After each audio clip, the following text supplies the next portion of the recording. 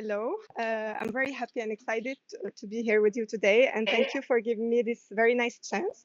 I love talking about my science, and it's my passion, especially to a broader audience than just scientists. And before I start talking to you about superheroes and superpowers, I will just briefly present to you my background. So I am originally from Syria. I did my bachelor's degree in pharmacy, and I worked in pharmaceutical industry there for 4 years. And then I moved to France, and there I did a master's degree in biomedical engineering, and I started doing my PhD in 2016. So it lasted for 4 years, and during my PhD studies, I was working mainly on immune cells and their mechanics. So I was linking physics with biology and immunology. And recently, I joined the New York University in the UAE to do my postdoctoral research, and it's also on mechanics. And I just want to tell you that I also have 3 kids that I love to show them my videos and my pictures of the immune cells all the time. Going back to superheroes and superpowers, I want to talk to you today about the immune system. So before I start, let me take a step back and tell you that your body is composed of several systems. For example, you have the cardiac system, like the heart that pumps all the time. You have the digestive system, in which you have, for example, your stomach that functions to digest the food. But you also have the immune system. And I'm very interested in studying this system because it's like a very powerful system in your body. It's constantly working to defend you against harmful, dangerous material that they try to enter your body and cause sickness and diseases. So it's composed of several cell types. So I will try to be very brief and not go into a lot of details and make it simple. But please feel free to stop me to ask your questions, or even after we the small talk, you can ask your questions if you want to know more details. So why the immune system is like a super powerful system? Because it works every day, all day of your life. It works 24 hours, 7 days a week, every day of your life, because you need to stay healthy all the time. And to go into a bit of more details, I will talk to you about some key players in this immune system squad. And to start, I will talk to you about an immune cell that we call a macrophage. So a macrophage is known to be a lover to eat. So it eats all the time. It acts like a vacuum cleaner of your body. So basically here, it's a very nice illustration that shows you how eager the macrophage is always to eat whatever is in front of it that consider it as a danger or a threat.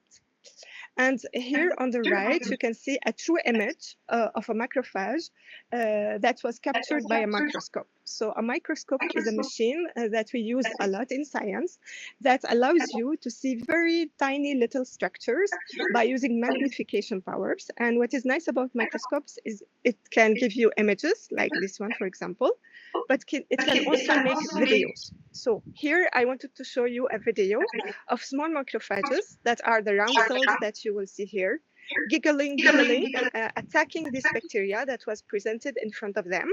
And as you see here, they go towards this danger and they start eating it. Sometimes a cell can eat too much that it will explode. So focus on this one, for example. I can go back. Here it approaches, it starts eating, it eats too much, and then it literally explodes because it ate too much. So this is the main function of the macrophages, so vacuum cleaners or lovers to eat.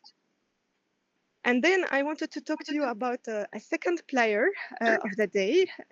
Now we have what we call B cells, and B cells are known to be producer cells because they make and give.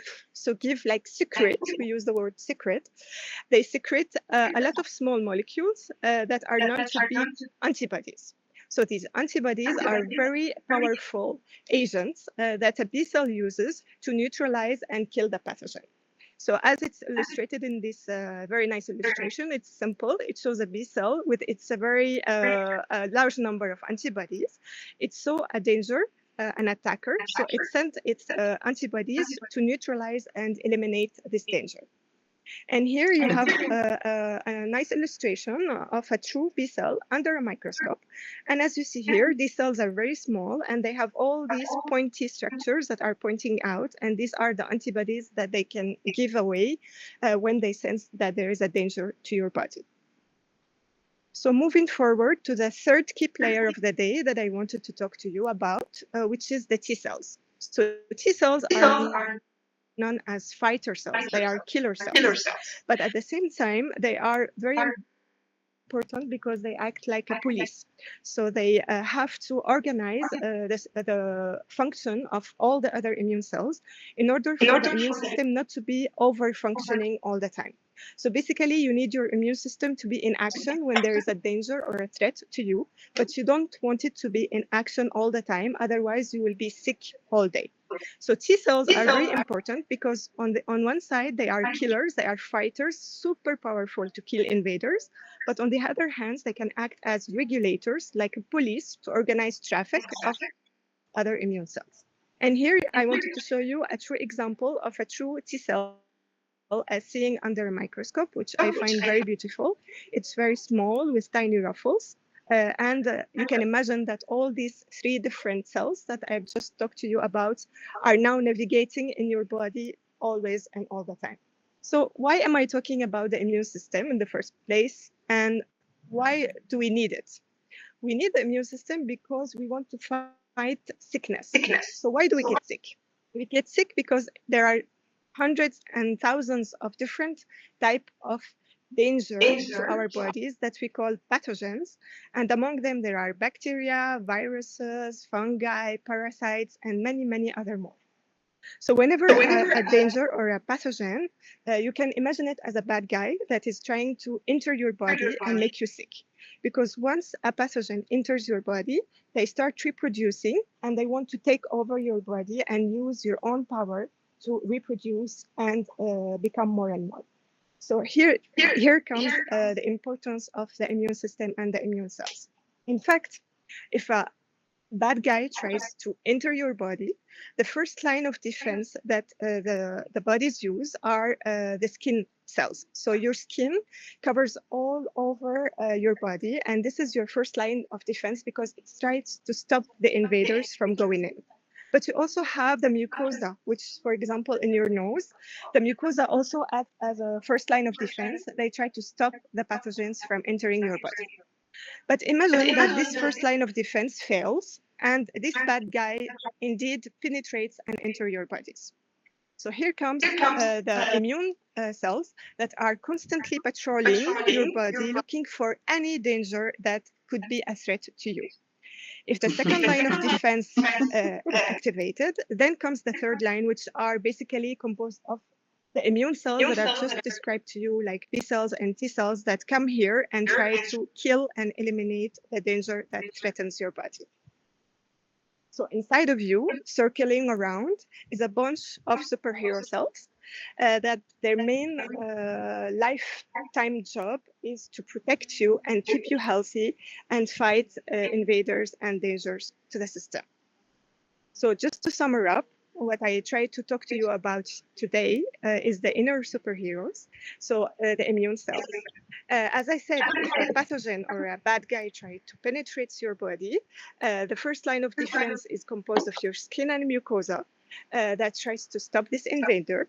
But if this bad guy enters your body, the second line and the third line of defense is activated. Among them are macrophages, B cells, and T cells that I've tried to present to you, but there are many, many other cells that you can also know more about if you do some search, and I will be happy to provide you with articles that are simple to understand more about these immune cells. But I have to add one very important thing is that in true, your immune system is very helpful, but it also can make mistakes. So for example, when you have allergies to some foods, or for some people that have what we call autoimmune diseases, like for example, when the immune system attacks your own body and then you are sick all the time. So the immune system can make mistakes, but at the same time, we need it. It's very important for us to function well and keep on going healthy all day long. So I will stop here. I didn't want to make it complicated. I try to make it as simple as I can. But just remember that inside of you are very important cells, which are my main passion and interest to my research studies. And here I put to you my personal email address, just in case you want to have more discussions, ask me some questions, or even have access to some very simple illustrations about the immune system. I'll be very happy to share with you. And please let me know if you have any questions. Thank you.